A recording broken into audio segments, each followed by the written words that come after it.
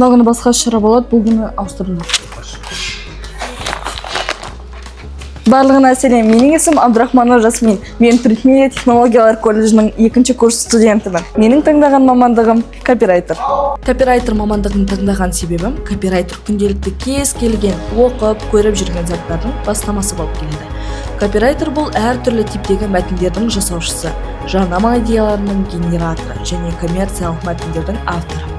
Әлемнің кез келген бұрышында отырып копирайтер тапсырыс орындай алады. Себебі мәтін жазу үшін ноутбук пен Wi-Fi-дан басқа ештеңе қажет емес. Мен әртүрлі іс-шаралар мен жобаларға белсенді түрде қатысып, бастамашылдық пен дамуға үнемі ұмтыламын.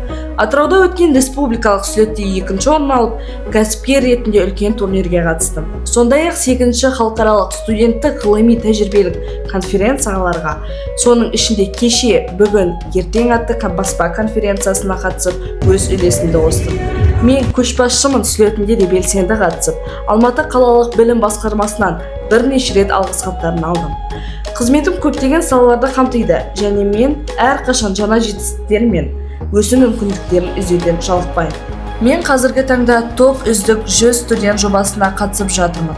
Менің ойымша әрбір қатысушы өз бетімен ерекше жолды жүріп өтіп, белгілі бір шыңды бағындырған. Сондықтан әрқайсысы өз бақтарын сынап, жаңа мүмкіндіктер мен жетістіктерге қол жеткізе алады деп сенемін. Мен колледжде студенттер ұйымының президенті болып қызмет атқарамын.